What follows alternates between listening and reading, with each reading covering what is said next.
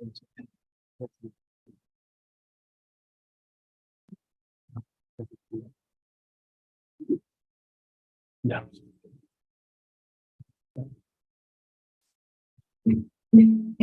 Good evening, ladies and gentlemen.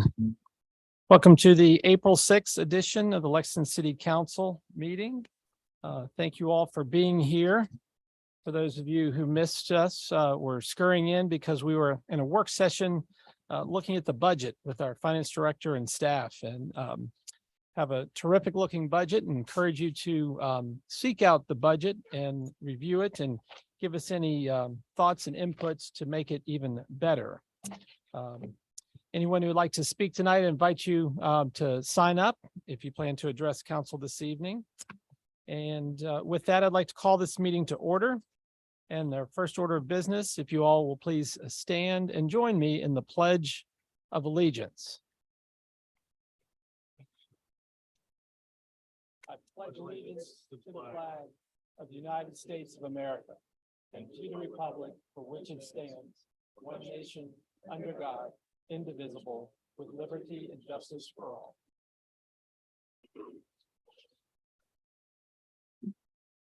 Thank you very much. Next item on the agenda is consideration of the agenda. Members of council have any questions, observations, or other noteworthy items? Hearing none, I do have an offer or request under new business item 15. It was my intention with Mr. Alligood as a two-person committee to bring forward a recommendation for selection of the city attorney. And while we were working on that and reviewing the nitty-gritty, if you will, looking back at the charter, it articulates and identifies individuals. And our RFP, in essence, made a request for firms, and we have the two competing offers for that. I want to push this into our next meeting for your consideration. I work with VML to make sure we're shaping up and do it properly, for lack of better terminology. But that item I'd like to remove from the agenda. And unless there's an objection, otherwise we'll approve the agenda with that deletion. It stands approved. Next item on the agenda are proclamations. And I would like to invite Celia to join me up front as we look at proclamation establishing Arbor Day in Lexington.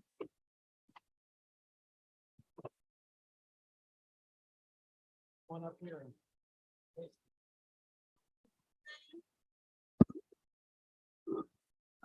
Thank you for being with us, and I'm sorry the tree board came to visit us at the last meeting, and sorry they didn't make it tonight, but glad you're here, and please share this with them. But I'd like to make this proclamation establishing April 12th, 2023 as Arbor Day in Lexington, Virginia.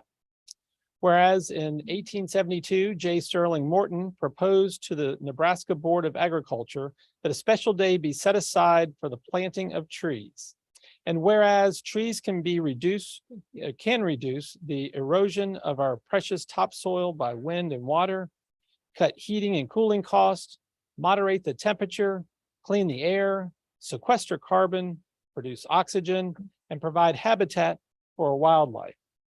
And whereas trees planted along streams improve water quality and assist with flood control. And whereas trees are a renewable resource, giving us paper, wood for our homes, fuel for our fires, and countless other wood products. And whereas trees in our city increase property values, enhance the economic vitality of business areas, and beautify our community. And now, therefore, as mayor of Lexington in the state of Virginia, I do hereby proclaim Wednesday, April 12th as Arbor Day in the city of Lexington. And I urge all citizens to join in Arbor Day activities and to support efforts to protect our trees and woodlands. And further, I urge all citizens to plant trees to gladden the heart and promote the well-being of this and future generations. Given under my hand and seal of the city of Lexington, the 6th day of April in the year of our Lord, 2023. So hereby proclaiming and establishing April 12th of 2023 as Arbor Day. Thank you. Certainly. Thank you. Would you like to make any comments? Can remind everybody, when are we planting trees? We are planting trees at 10 a.m. On the 12th? We are starting at Lime Kiln Park. Fantastic. Mhm. On the 10 of corner of Lime Kiln and McLaughlin. Yes. Excellent. It's 10 of them, and it's finishing up a Virginia Trees Clean Water grant that we received. And for those of you who are interested or curious in planting trees, it's not the digging of the hole that will be responsible that day. I think Public Works is helping us out. This will be setting and burying, if you will, the trees. Correct. We'll have it all set up, staged, basically, to Mhm. go ahead and put the tree in the hole and cover them up with soil and Nestle There you them go. into their birth. yeah, Terrific. ready to go. Thank you, Celia.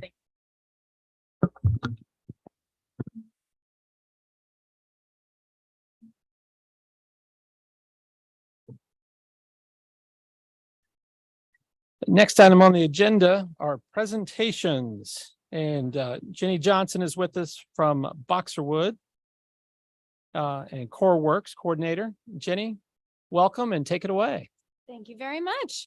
It actually works out perfectly that you were just announcing Arbor Day. That fits in quite well. So I'm Jenny Johnson. I work with Boxerwood, here to talk about Boxerwood's latest initiative, Core Works. So Core Works stands for Community Offsets for a Regenerative Economy, plus it works. So it's all local to the Rockbridge community, and it's carbon offsets. And our goal is projects that regenerate our ecology, and it's an economic tool. So first of all, what is a carbon offset? I imagine some of you are familiar with it, but maybe not. But the idea is basically CoreWorks funds projects that sequester carbon or prevent carbon emissions in some way. And then we quantify how much carbon emissions have been sequestered or reduced, and then people can secure resulting offsets that are generated to balance out their own carbon footprint. Each offset is it represents 1 metric ton of carbon dioxide. And each offset is generated by a new project local to Rockbridge County that is funded by CoreWorks. So just so you can imagine what 1 ton of carbon is, those are some equivalencies. So CoreWorks takes the idea of big international carbon offset registries, and we make it work so that it's all local to our Rockbridge community. So a lot of big international markets, you give them money and they plant trees somewhere in the world. But with CoreWorks, you give us money and we plant trees or solarize right here in Rockbridge County. So these are sort of the CoreWorks verbs. We catalyze projects, which means we put the idea in landowners' heads to plant trees, or local nonprofits to maybe go solar. We fund these projects with the proceeds from people securing offsets. We verify the projects, which means we make sure the amount of carbon that they are sequestering, we make sure that we know that number and that that number is legit, so that we're not, telling someone that they're balancing out their carbon footprint when actually there's not that equivalency. We monitor projects to make sure they are living up to those carbon reductions that we say that they are, and then we market the offsets to convince people to secure them.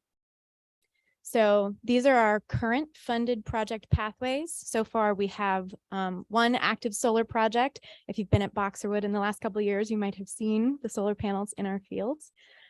We have also had several successful tree plantings, including trees planted by local high school students from environmental science classes at Rockbridge County High, and several school composting programs, 1 at Natural Bridge and then 1 over at Enderley and BV.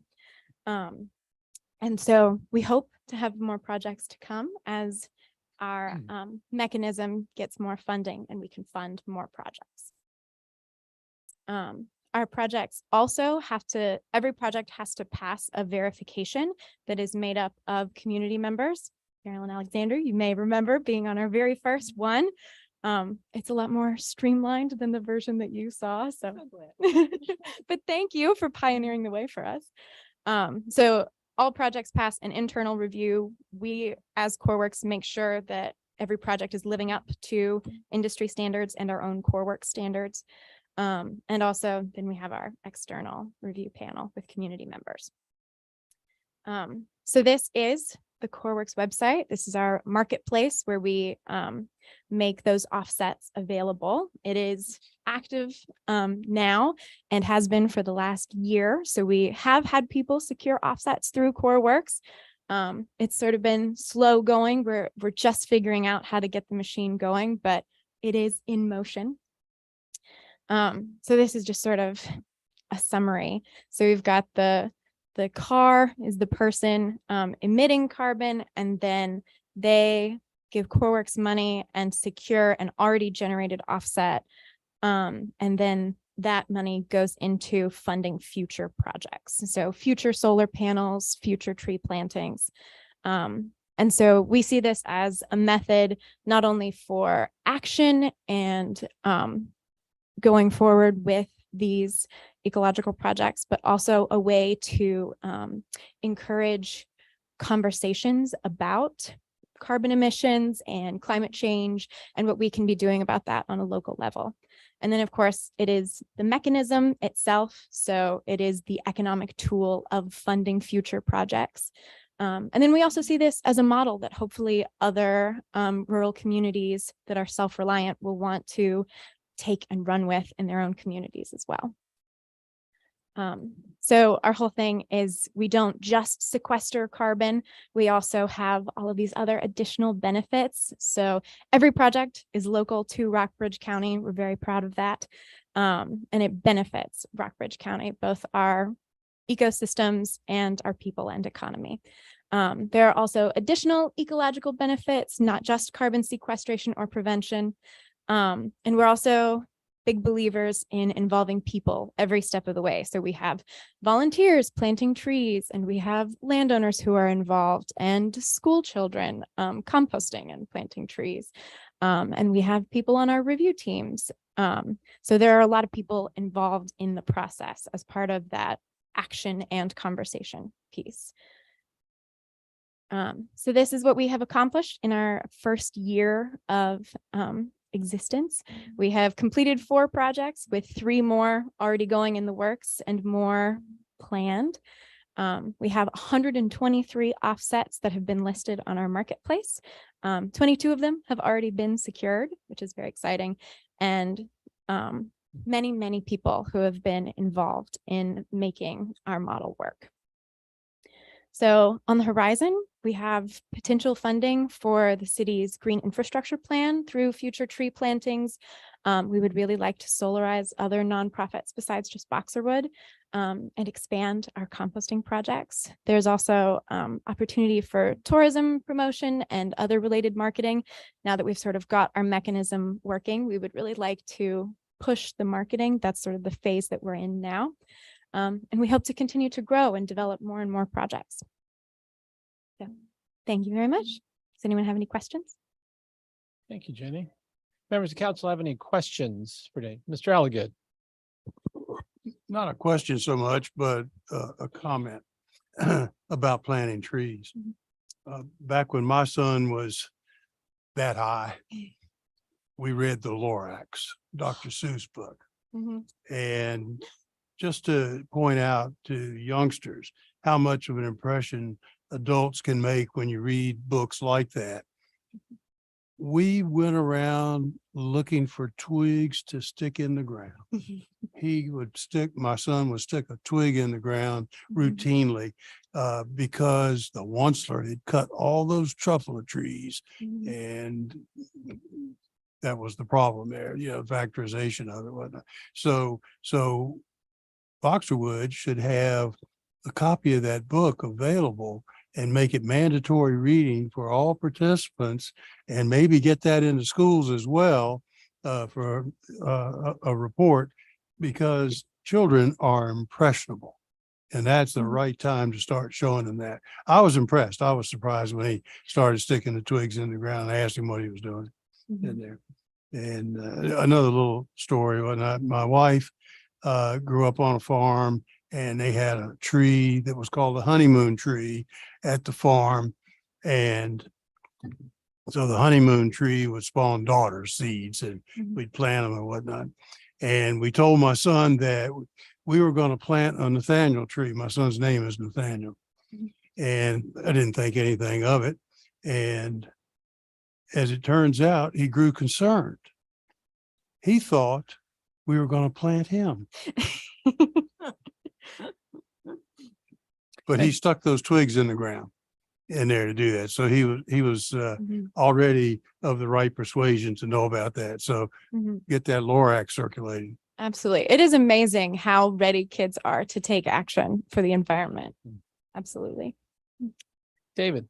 Briefly, thanks a lot for being here and educating all of us about this program. Thank you for having me. And, I pulled up your website and learned about how it launched. And I won't give it away. I think it's a great community story. People can look it up themselves and drive traffic to your story. But it's folks that have come to Lexington, come to Rockbridge County, that are giving back to the community. And that's how this program started. So thank you very much.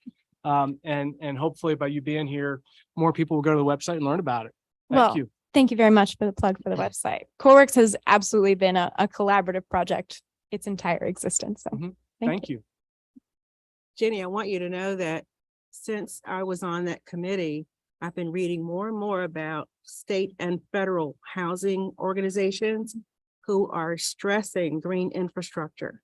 So as developments begin in this area or beyond, there may be people who will be in touch with you. that's very good to know, and definitely an area that we're very interested in for CoreWorks. Thank you. Absolutely. Solar's the way to go. It really is. Jenny, I think I have 3 questions for you. First, relative to the tree planting and the Arbor Day that we're talking about, is there any way that asset of the cities, that planting works or could collaborate and give you all an asset to, if we partnered in some fashion? Yes, I think that for this particular one that has already been planned, there's probably not a connection, because in order to really say, yes, we are balancing out your emissions, we can't take credit for projects that would have happened without our intervention. It's one of those technicalities of offset registries that are on the big scale that we have to abide by. Part of that verification. Yes, exactly. Thank you. But in the future, we would absolutely love to be a part of those kinds of projects. I'd encourage you to reach out to staff, either Celia and or Jim, collaboratively to see how we can support one another and do more good things. Because I know for sure we'll be planting more trees along the way. Excellent. What would it take to implement the composting at our city schools at Waddell and Libbard Downing? I tell you what, it is already in the works. Perfect. And my last question is, you mentioned doing solar for nonprofits. Is there an opportunity for individuals, or is it limited to nonprofits? For the time being, we decided to focus on nonprofits because we figured that's more in line with our mission. But there's possibility in the future for us to open it up. But right now, I think we're going to stick with nonprofits.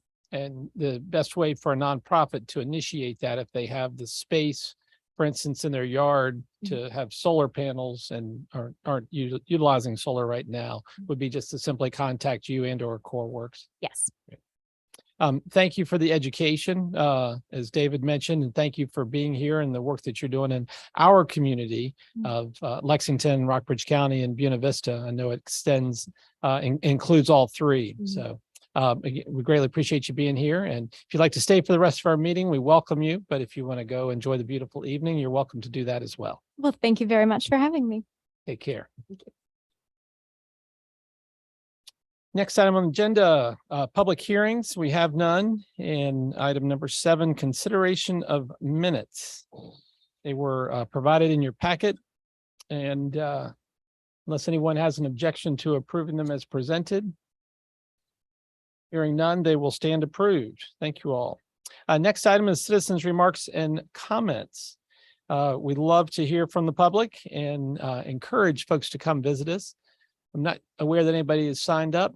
but I know at least one person would like to speak to council this evening, and I'd like to invite Jerry Schaff to come and address council. Welcome, welcome. Indeed. Good evening. My name's Jerry Schaff. I work for Valley Program for Aging Services. And I am here probably out of rotation, but I am here to address our request for city funding for the coming fiscal year. We are incredibly grateful for the support that the city of Lexington has given us for many years. In January, we will celebrate our 50th anniversary. And in that time, we have delivered millions of meals, served hundreds of thousands of people. We have made a very concerted effort to expand our services in Lexington, in the city, over the last 2 years. We expanded the number of Meals on Wheels that have been delivered by 40% to city residents. We have moved a cafe to the Rara building, and it's there every Thursday. And we are offering recreation programs also at the Rara building every Thursday. We've expanded and expanded and expanded our supports and resources for family caregivers, especially those family members who are caring for those living with dementia.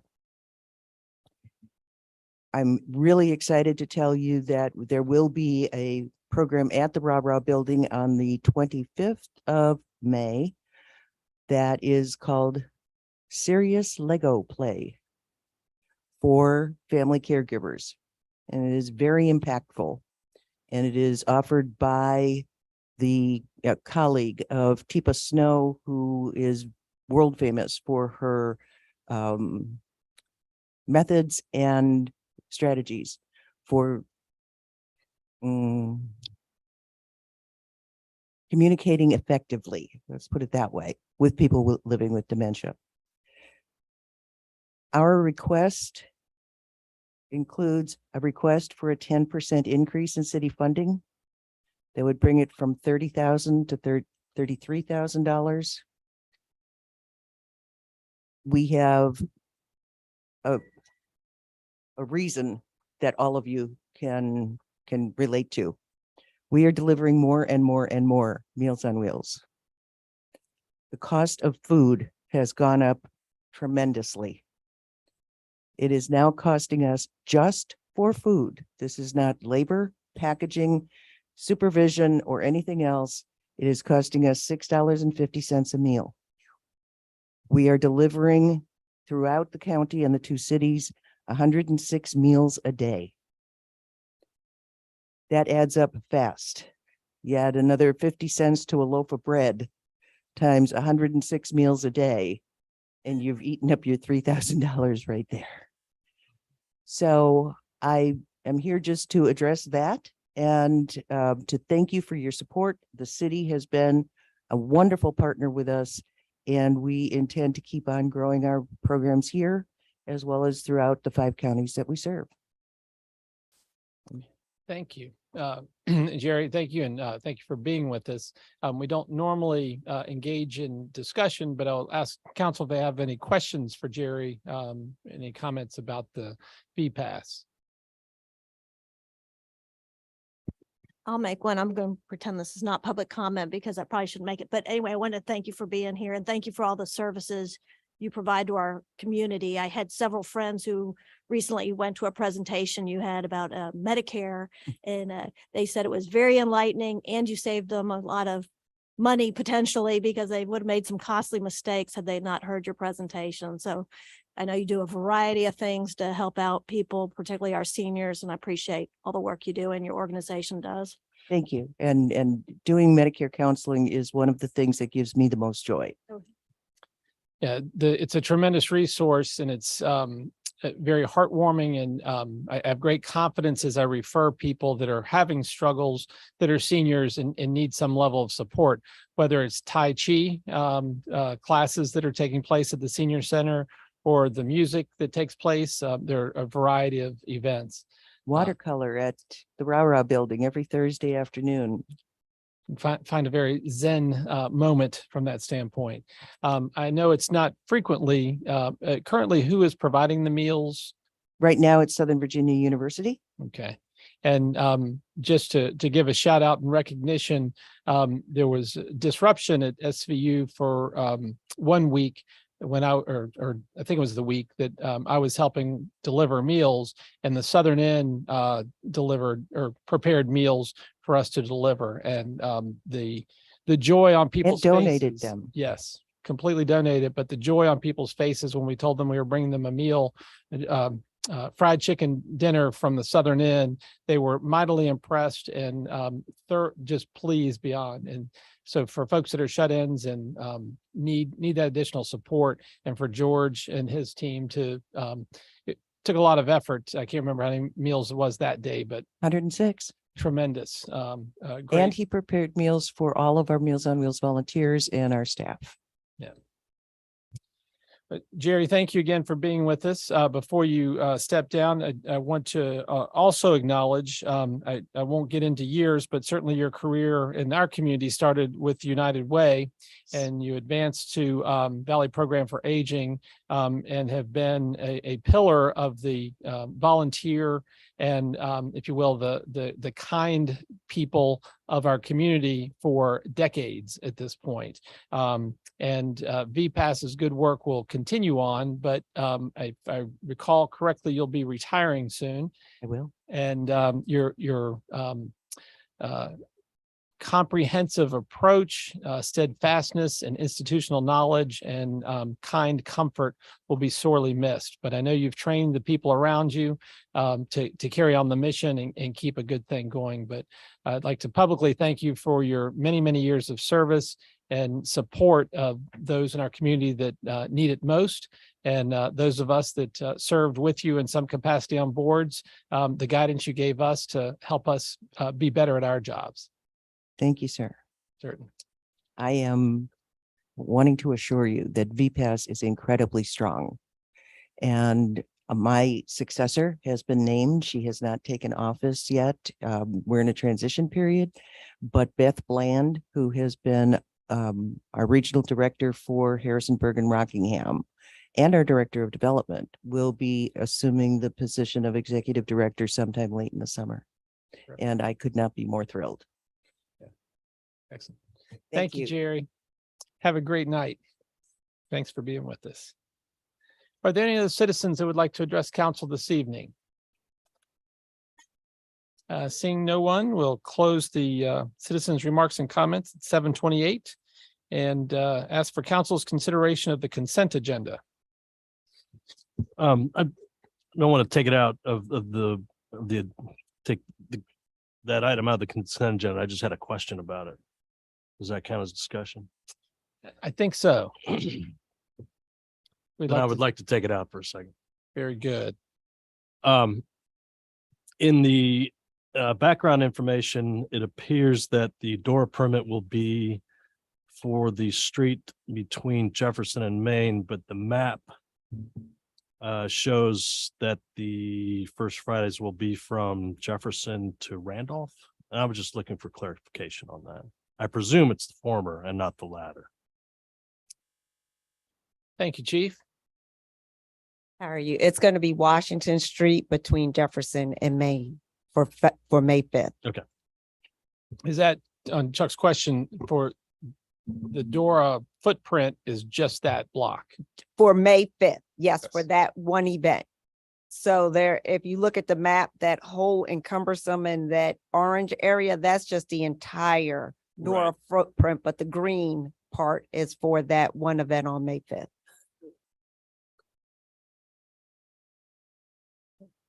Got it.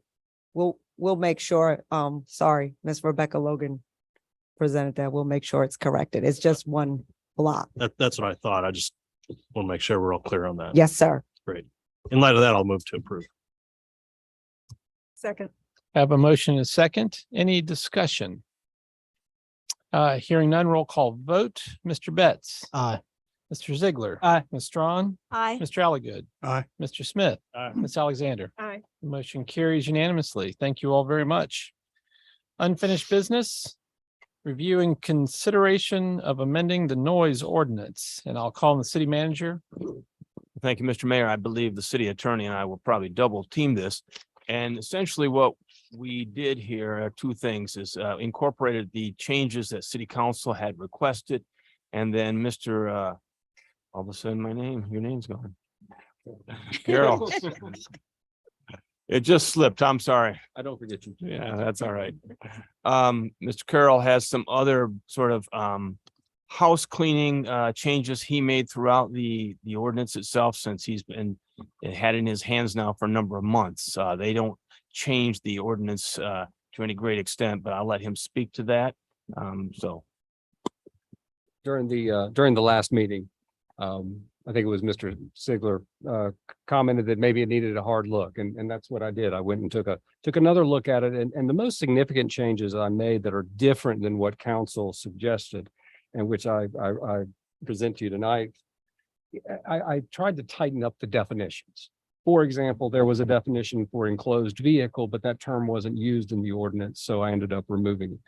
There was a discussion about the definition of main campus and whether or not Chi-Sci, that building, should be treated differently than other fraternity houses. So I amended the main campus definition to carve out that parcel so that it was treated like other university-owned properties and not like, so it was treated like other university-owned fraternity houses and not like other portions of main campus. There was a term defined as noise source, but throughout the body of the ordinance, that term was not consistently used. Occasionally, source of noise or source of sound was used. So I amended the definition to make sure that it encompassed all of those concepts. There was in the ordinance a reference to loudspeakers, public address systems, and speakers as if those were separate and apart from sound amplifying equipment. Well, if we're going to have the definition of sound amplifying equipment, let's use it and make it effective. So I incorporated those into the definition of sound amplifying equipment and used it in the ordinance so that, again, it's for consistency's sake. Same with medical facility. We have medical care facility defined, but then in the body of the ordinance, there was a reference to hospital. And so I changed that to medical care facility. Again, if we're going to have defined terms, use them to full effect. The other changes, and then there were two updates for code sections. In the school definition, one of the code sections needed to be updated. And then in the sound level meter, there are two code sections which were properly cited, but I have proposed changing the language to define sound level meter to using the language from those code sections. Make it clear that we're just applying those two code sections, because those two code sections set the standard for what the chief would then be able to use for the decibel level metering in the event of a criminal proceeding. Beyond that, Mr. Betts had made the recommendation of relocating some of the timing, date and time information with regard to when violations change between the weekend and the weekday.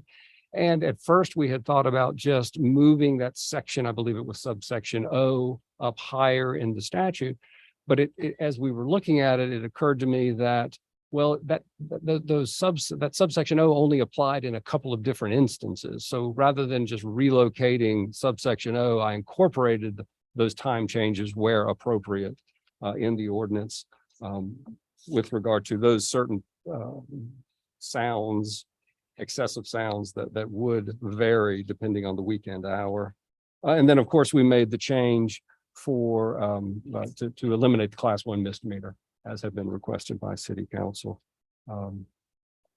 Those are the substance of the changes. I don't think, other than, like I said, tightening the definitions and using them more appropriately, I don't think there was anything that substantively changed what city council had directed at the last meeting. And of course, I'm happy to answer any questions, as I know there's likely to be a few about it. Thank you, Jeremy. Members of council have any questions or comments? Hearing none, we welcome council's consideration or path forward. The ordinance reads much better. Thank you for your work on that. And I And moved. Ms. Strawn, I did add your I language did about see clarifying the that. It permit. looks great. It read much more clearly and made sense. And so I move to approve the new noise ordinance as presented. Thank you, ma'am. Second. Have a motion and a second. Thank you, Mr. Smith. Further discussion?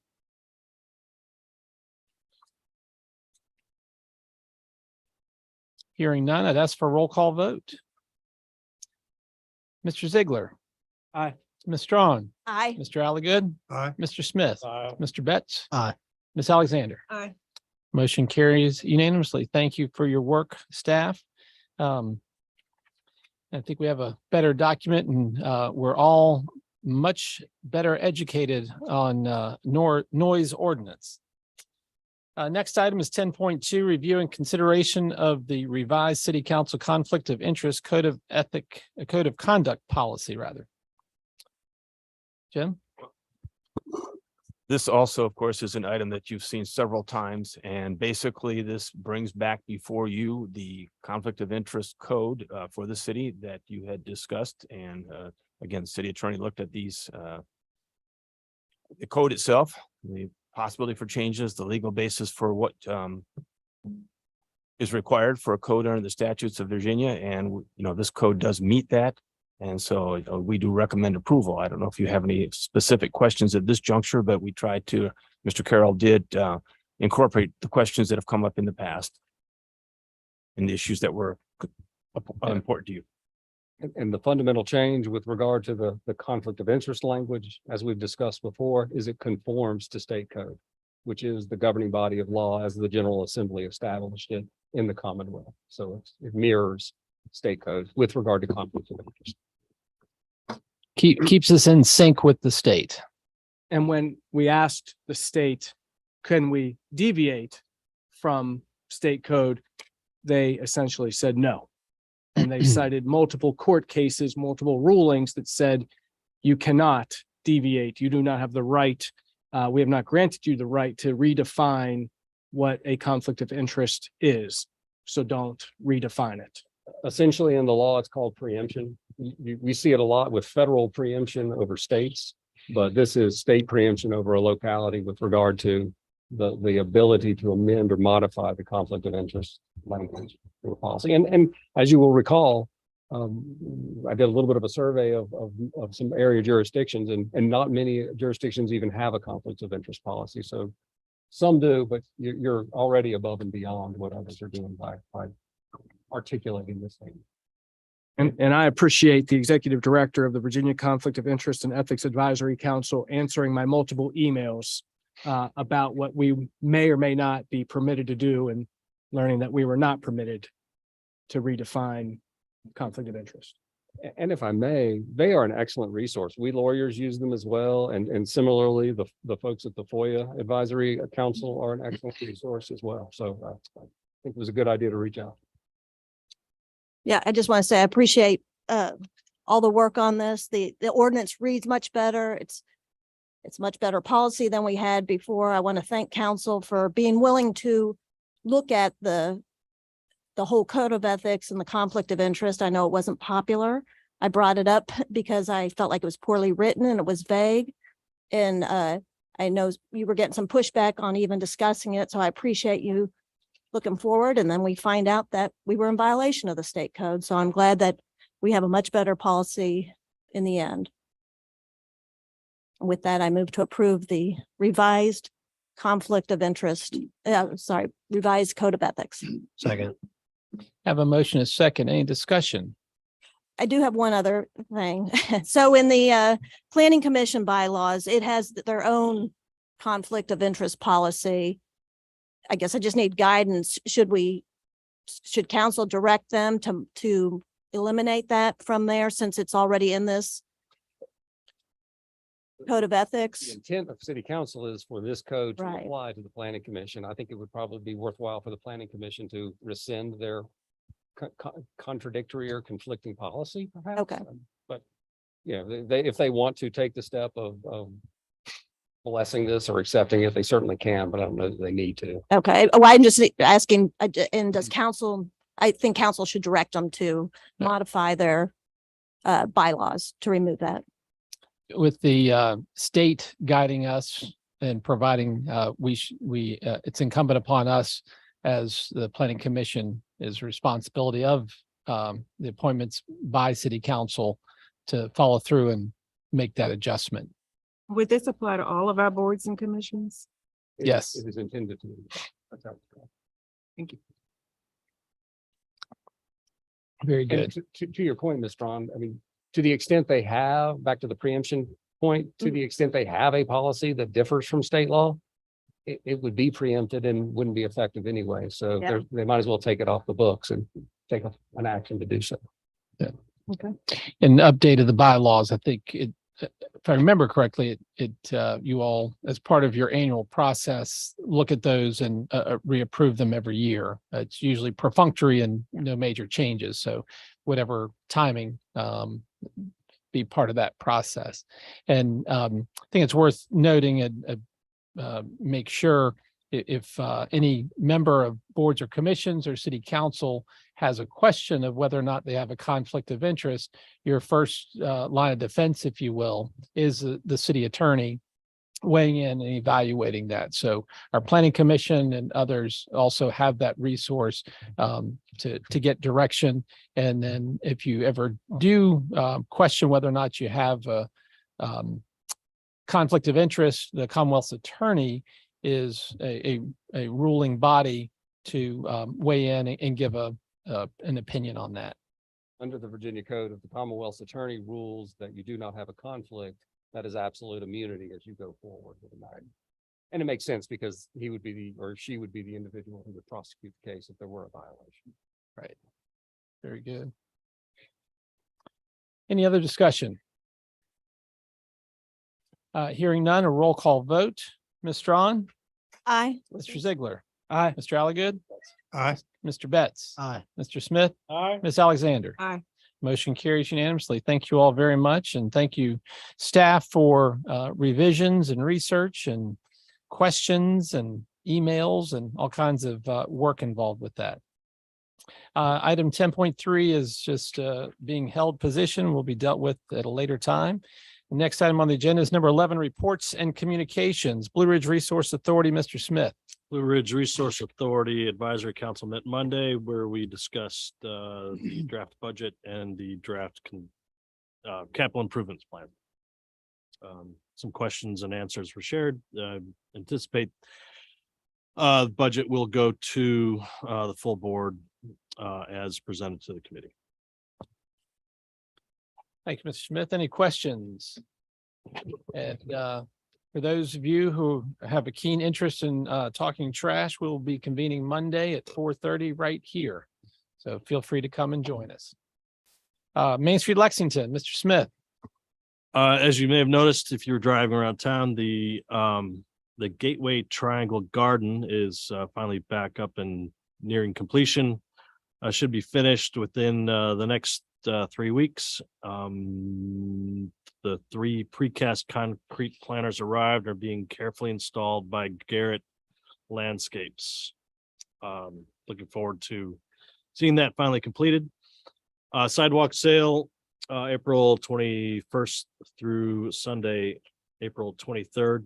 Historic Garden Week tour will be in Lexington on Saturday, April 22nd. And Rock the Bridge, save your date calendar, put this on there. It's going to be crazy. I'm trying to fill in for your. You gotta have more pep, but okay. I need a lesson. Will be June 3rd. And one final note that the director of Main Street sent me before we met, and this is for the statisticians, for the data collectors. In 2022,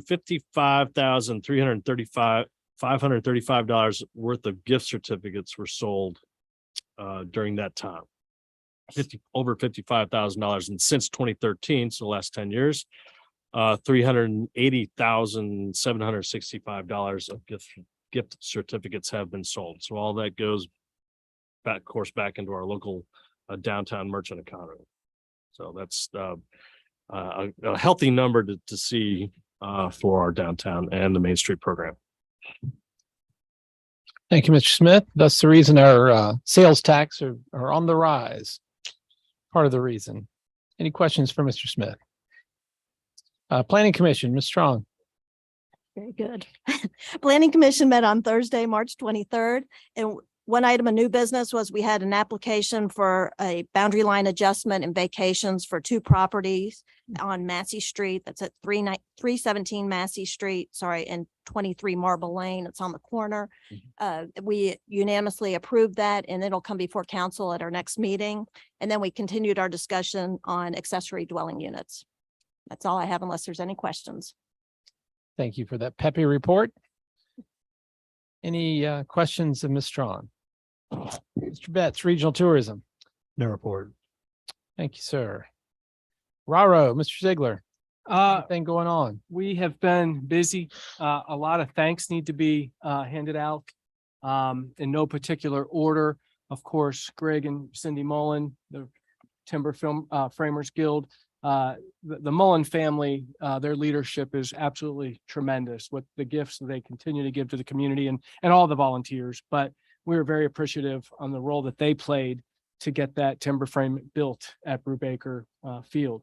That'll be a gift that gives for decades here in Lexington and Rockbridge County.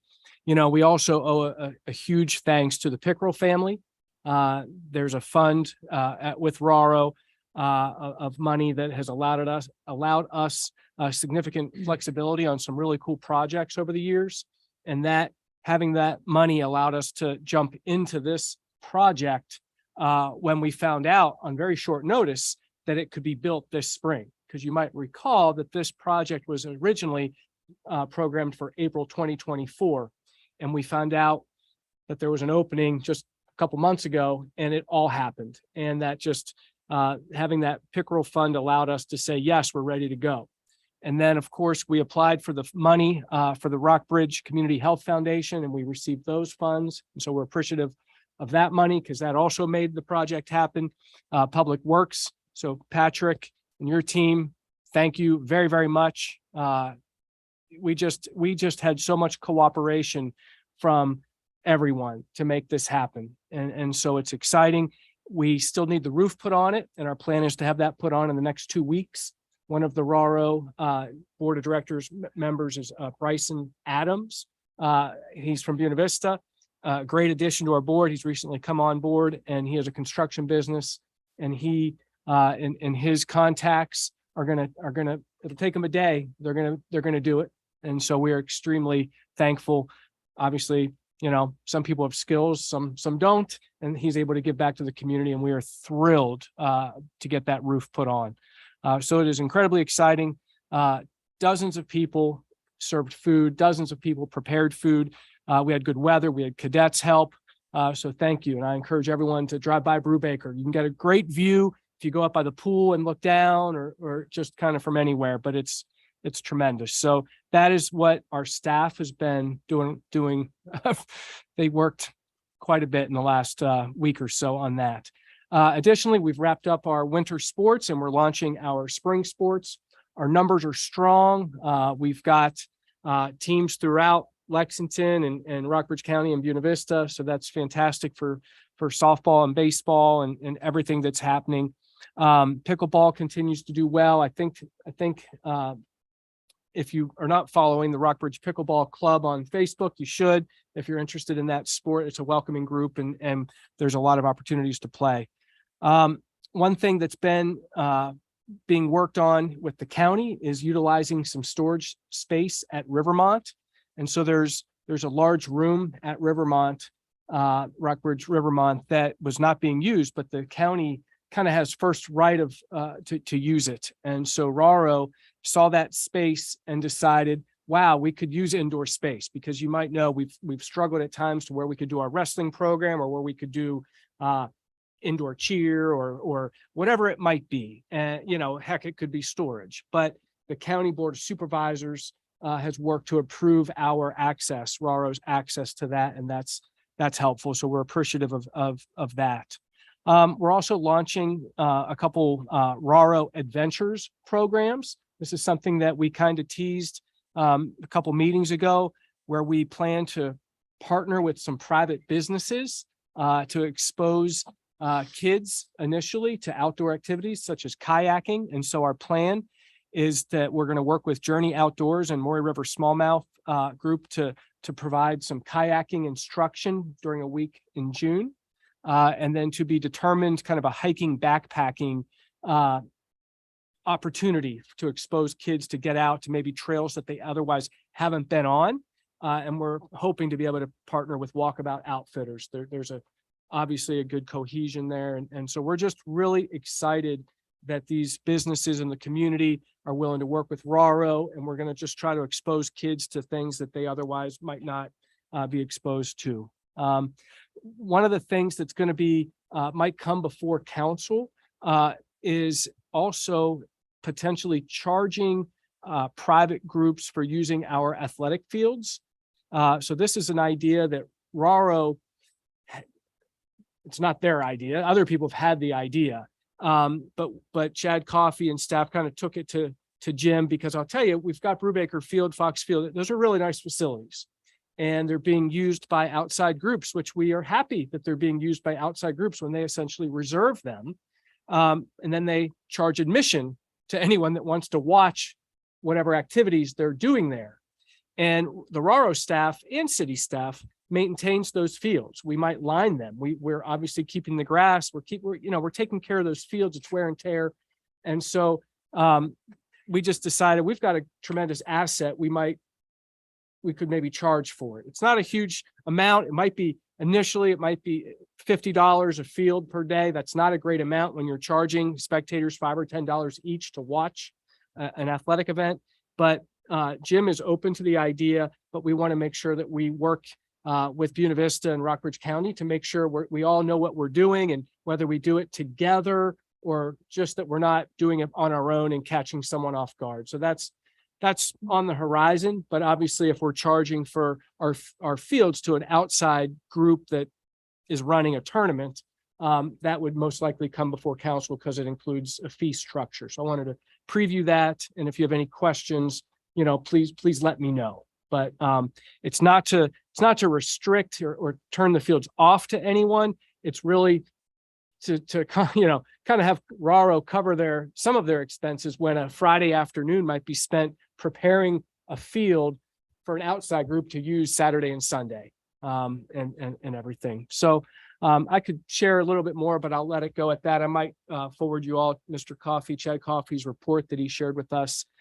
yesterday. We had our board of directors meeting that just has some of the numbers of participation and all kinds of good things. So we continue to accomplish a lot. We've got a great staff, and we appreciate the support of the localities.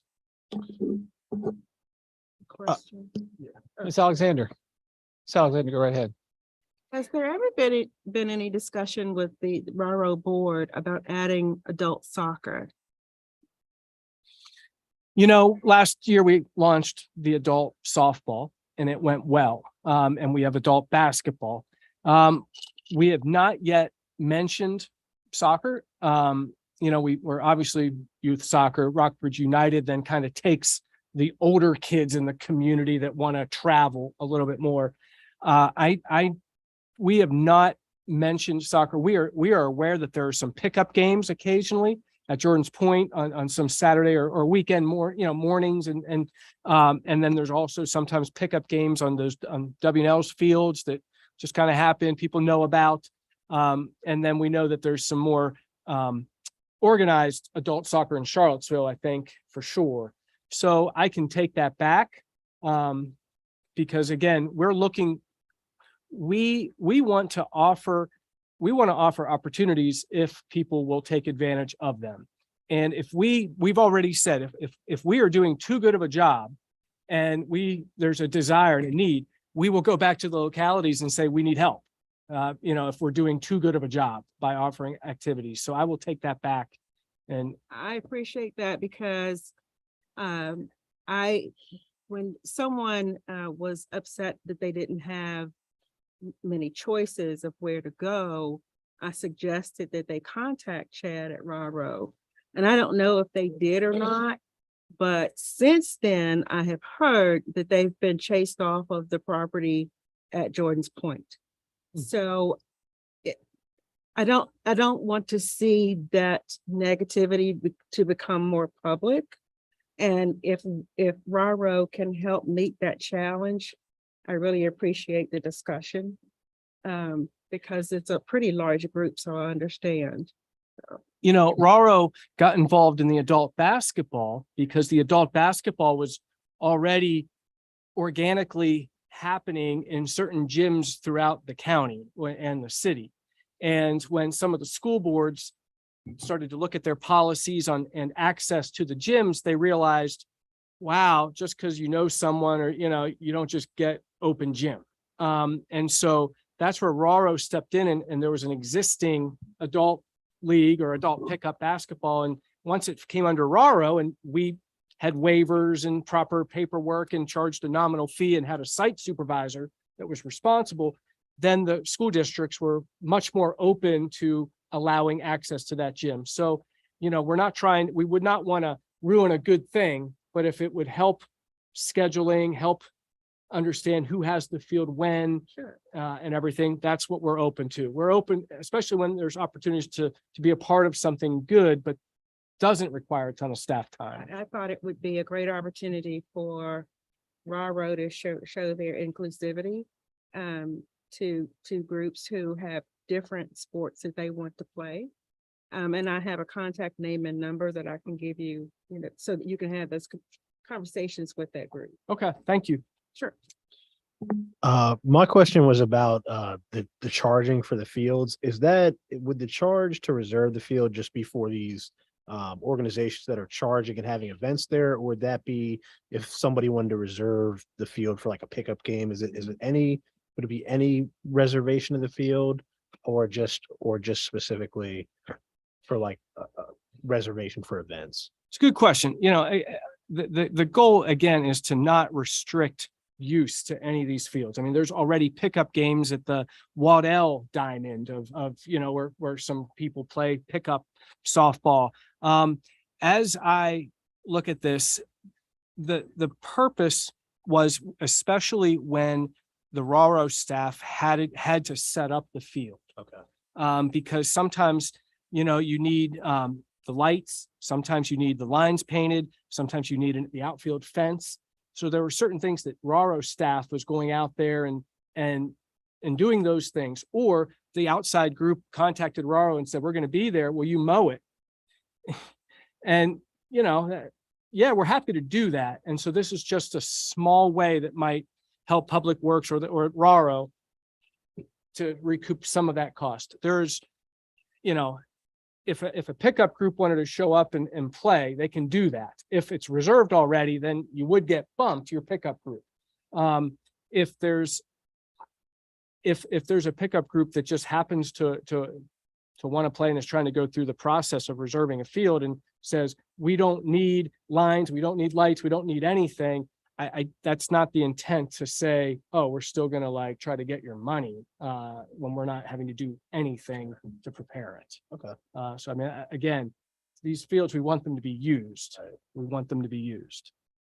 They are public parks Yes. and eager for them to be utilized, Yes. without a doubt.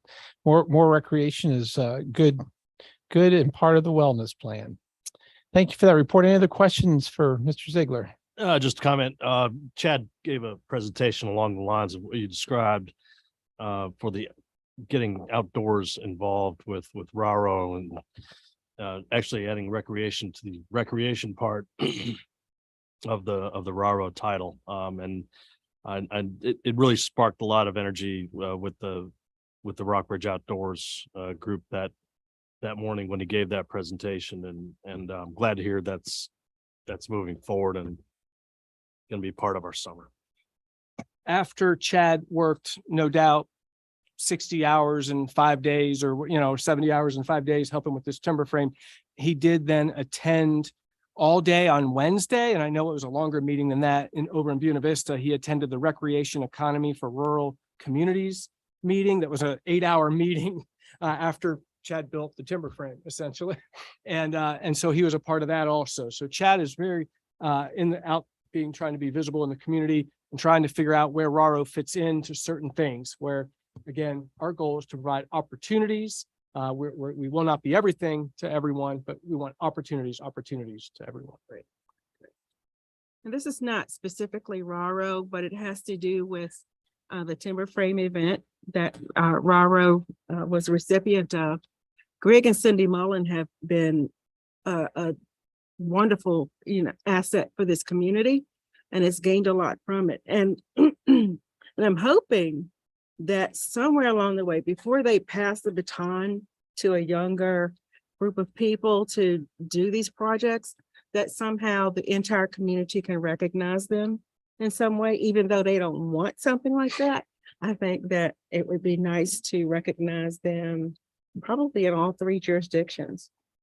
So we can be thinking. I think if they knew you were going to celebrate them, they wouldn't show up. Knowing the Mullins, They they'd would. be out of town. Is there a planned dedication for this project? We talked about that last night at our board meeting, on the right way to do that. If you're looking for a ribbon to cut. Always. The plan is that again, to launch it. Yes, we want to do that. We were respectful of the exhaustion of our RARO staff last night. So we were cautious to say, hey, let's get a ribbon cutting scheduled. We just said this would be a good idea at the appropriate time, to publicize it when the roof is done. And so Right. we want to do that. Yes. Very good. Keep us posted on that. Will. And Yeah. also, you articulate a couple reasons why you're glad, and we're all thrilled that Chad is our new director. But I would pile on by saying he has a strong family support. I saw his mother in the picture serving meals, and I can't help but think his other family members were there and supporting. So please pass along our thanks to the entire Coffee family for The their food support. was prepared on site for each meal, and that's not always the case. Sometimes the food is prepared somewhere else and brought in. Chad has a camper. He brought that to the site so that they could be cooking nonstop, almost 24 hours a day. And so we are very appreciative of Chad's entire family. Yes. Terrific. Thank you for that RARO report. Threshold, Miss Alexander.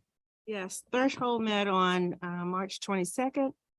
We met with our community building rehab partners who came to speak about their programs post-COVID. And Habitat was represented by Lynn Johnson and Steve Neese. Their rehab division has had 16 recent projects where they've replaced bathtubs, some painting, roof replacements, depending on the pitch of the roof. Some of their guidelines indicate that, first of all, they cannot accept work that is determined that somebody's preparing it to sell the house or is being inherited from an ill or elderly owner, and they cannot be over their income guidelines. Usually they have very little work in the city of Lexington, but lately they've had many more jobs that are in the city of Lexington this year. And part of their approval process includes the scope of the work, the cost, manpower needs, the abilities of the manpower, and how big of a project it would be. Getting volunteers right now is a problem, and they would need to commit to around 2 projects a month, so it gets pretty busy. So they're hoping that folks that as they start retiring, that they would focus some energy on habitat rehab. They do like working with WNL students or students in general. There is a repair group from Washington Lee, and they said that they love all the demo jobs. Otherwise, they have to have an experienced person with them to supervise any of their repair work. They're available February and March, very little in April and May. VMI students have a real scheduling conflict with working on a voluntary basis, and they've had no luck yet with SVU, but they're working on it. And they fund their projects through donations and grants, and there's currently a backlog of 20 projects So there's a lot of work to do in the community. And their projects can go from little or nothing up to $13,000 if they have a roof that needs to be put on, subbed out to contractors. There was a representative from Mission Next Door. That program is a Christian-based program and applicants are mostly from the county. They've had 2 from the city so far, and I believe one of those 2 was a referral from Threshold.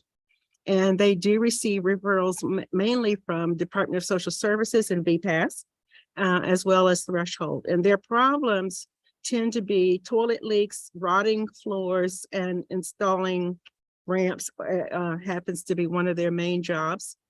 And the average cost of their projects are between $1,500 and $2,000. And their challenges are also to get volunteers and to get money to fund their projects. The current volunteers are aging out of the program, and they fear that in 2 years, the Mission Next Door program will not exist unless they have found replacements. So that's a scary thought. And their program is not as strict as Habitat is on eligibility. Both organizations agreed that their missions are to make existing houses work, to make them more accessible as owners age, make them safe, as well as eliminate the source of a problem, which eliminates further damage to the home. In terms of making partnerships work with Threshold, we talked about using the money in our budget to cover the cost of any identified city projects. Also consider paying a trainee to work with the gentleman from Mission Next Door. As he retires from the program, there will be somebody to take his place. The city could possibly assist with storage space. That was something that was a possible offer. And Threshold is finalizing plans for a new survey to go out regarding repair needs in targeted areas of the city. We had that survey and worked in those homes pre-COVID, and we're having to jumpstart that again. There was also discussion about Threshold becoming the central clearinghouse for applicants in the region for housing needs and using Washington and Lee students to start it, to work year-round staff who would be available. But this was tabled until the next meeting to give further discussion and consideration for that. Nick, do you have anything else that I might have missed? I think you covered everything. So that's the end of my report, unless you have questions. Thank you, Ms. Alexander. Any questions from council? Hearing none. Keep up the good work and good luck in working with Habitat. Good group to collaborate with. Absolutely. Maury Service Authority, Mr. Alligood. Thank you, Mr. Mayor. To put a dot on the I from last meeting, the wage increase was 5%.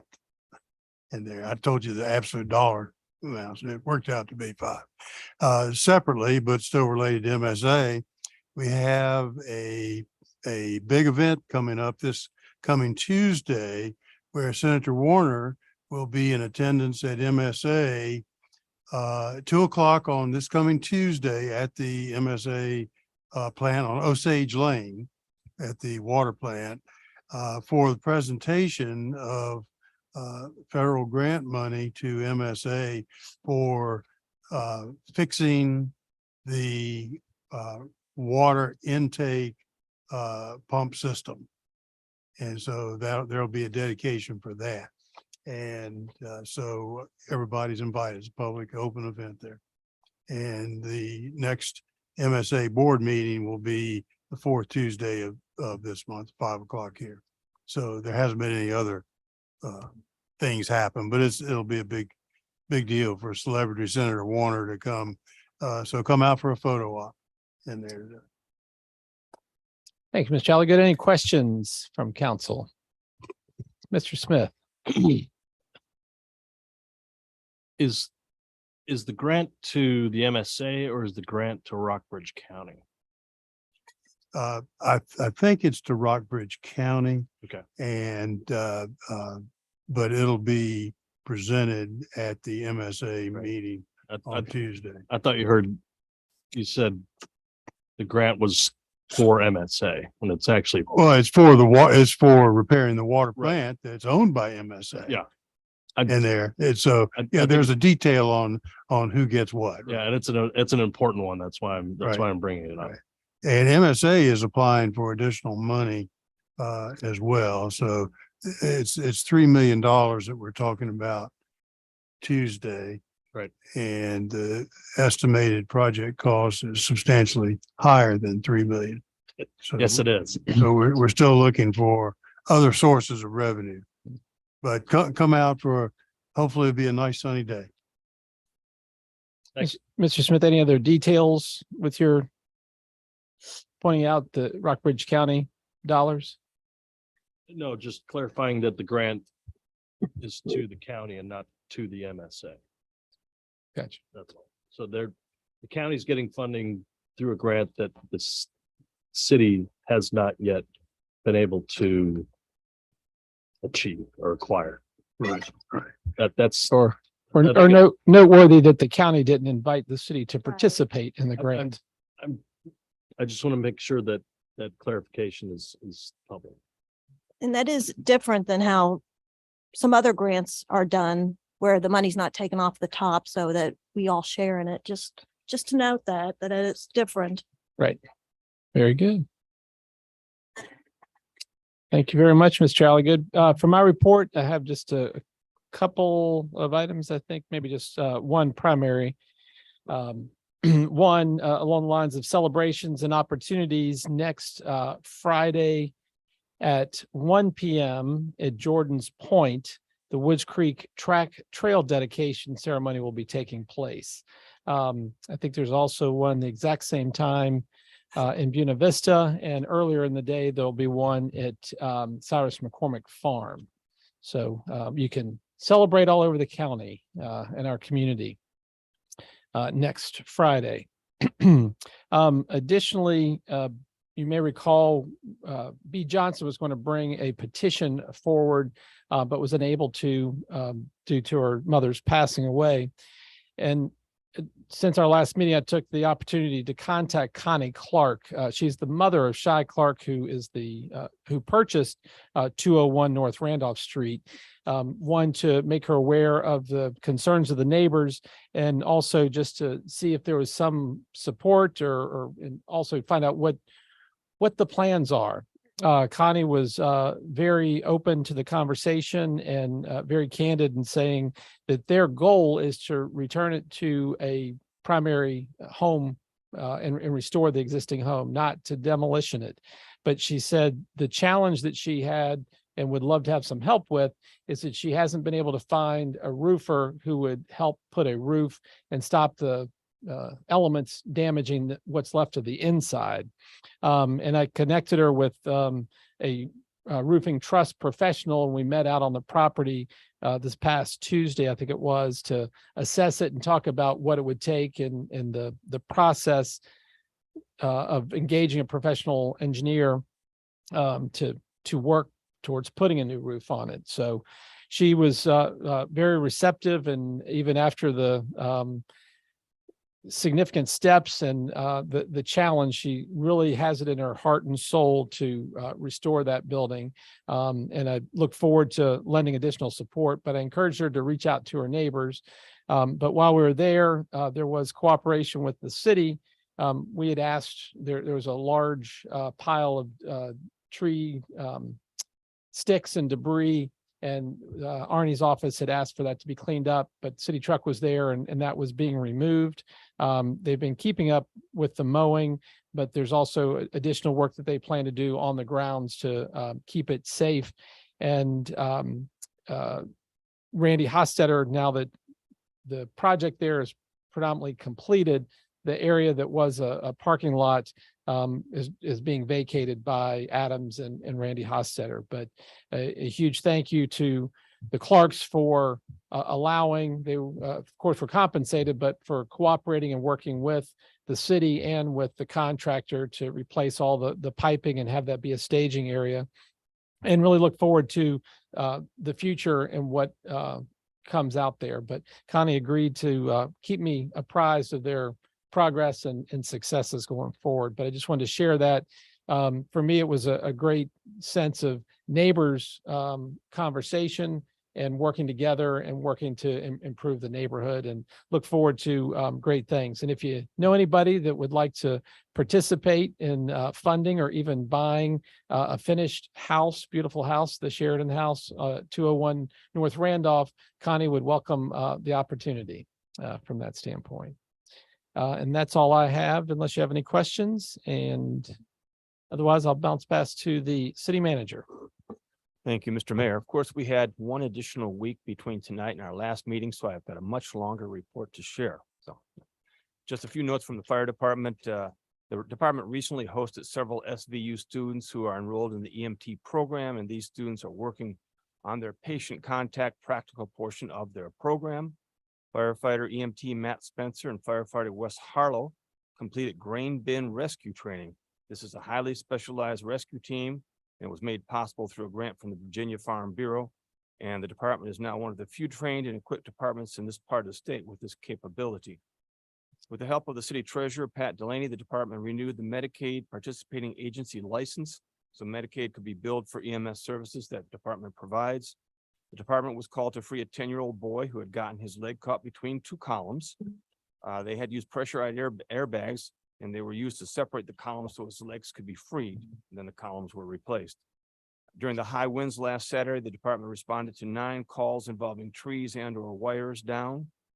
The department had a full inspection by Virginia Occupational Safety and Health to review policies and safety within the LFD facilities, and there were no citations. LFD assisted Rockbridge County at a large brush fire on West Midland Trail near the top of the mountain. From the police department, some of the monthly data that provides a glimpse of the activity of the department includes that 11 misdemeanor charges were filed last month, 7 felonies and no DUIs, 84 parking violations were issued, 242 patrols were conducted in the schools and 138 downtown, 94 hours of foot patrol occurred in residential neighborhoods. The department participated in the Chamber of Commerce Career Day, sending Corporals Haston and Stockdale and new recruit Stewart to participate in that activity. The SRO survey, the school resource officer survey was completed on March 31st, and results of the survey will be reported to the school board at their next meeting on April 18th. The department has started a cadet program for young people interested in exploring law enforcement as a career. We have 1 cadet in the program thus far, and Chief Green met with VMI Superintendent General Wins to explain her vision for the program and how it may be helpful to cadets at VMI. The program is not limited to VMI cadets, however. Students from Washington and Lee, Southern Virginia University, Mountain Gateway Community College, as well as high school graduates can apply for the program. The department has or will be in touch with representatives from all of our local colleges and universities in the near future. The department is revitalizing the Triad program. This program was initiated through the Attorney General's office and partners law enforcement agencies with senior citizens to provide crime prevention tips and increased presence to protect and support these members of our community. To begin this work in Lexington, Lieutenant Paget attended the Western Regional Triad Summit. A little more updating recycling. Earth Magic Glass in Buena Vista continues to recycle glass into usable products. And of the total of 4,371 pounds of glass recycled to date, 1,702 pounds came from the city of Lexington. North Main Street project, VDOT had a public review and comment opportunity on March 15th. And looking at the bike ped and paving project on North Main from Massey to Hook Lane. A number of questions regarding bike lanes and parking arose, and VDOT followed up and sought additional information from the city staff. The Green Book historical marker is being sent to the manufacturer, and from all indication, it is likely it will not be available for installation until this coming fall. This marker brings to light the challenges faced by Black travelers before desegregation. At that time, they often could not stay at or eat at businesses frequented by white travelers. So the Green Book was created to advise Black Americans where they could stay while traveling. The marker will be installed out in front of the tourism department on East Washington Street. And of course, we'll provide a date when that will go in so we can all celebrate that. Few notes from planning and development. The value of real estate improvements year to date is $10,528,497, as opposed to $5,741,928 at this time last year. In a like fashion, permit fees are $83,778 this year, as opposed to $38,437 last year. Monthly revenue for March came out, and in this case, as has been the case for several months, the revenues are still trending very positively. Lodging and meal revenues are still outperforming budget by a substantial margin, while sales tax revenues have weakened some. Utility revenues continue to be a few points behind budget, and interest earnings, as has previously been pointed out, are well ahead of budget. With 3 months yet to go in the fiscal year, the finance director and I believe we will see a substantial surplus at year end. And the West Nelson Street Bridge should be finished next week. So we'll see an end to that project, and the bridge will be open without any delays there after next week. That's all I have, Mr. Mayor, unless City Council has any questions. You may have mentioned it, but Washington Street and Randolph Street, is that? I didn't mention that, but I thought everyone in town knew by now that they've been repaved, resurfaced, and they are smooth. And the police will be watching them carefully so those smooth surfaces don't attract or tempt people to go too fast. Excuse me? Thank you, sir. When does construction start on the Lime Kiln Bridge? I don't have a date for that, but Mr. Madigan may.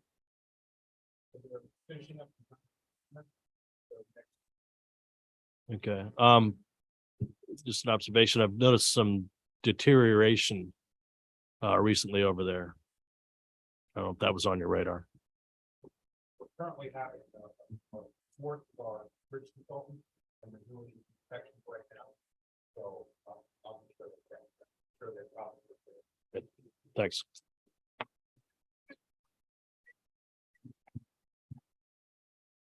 Very good. Any other questions for the city manager?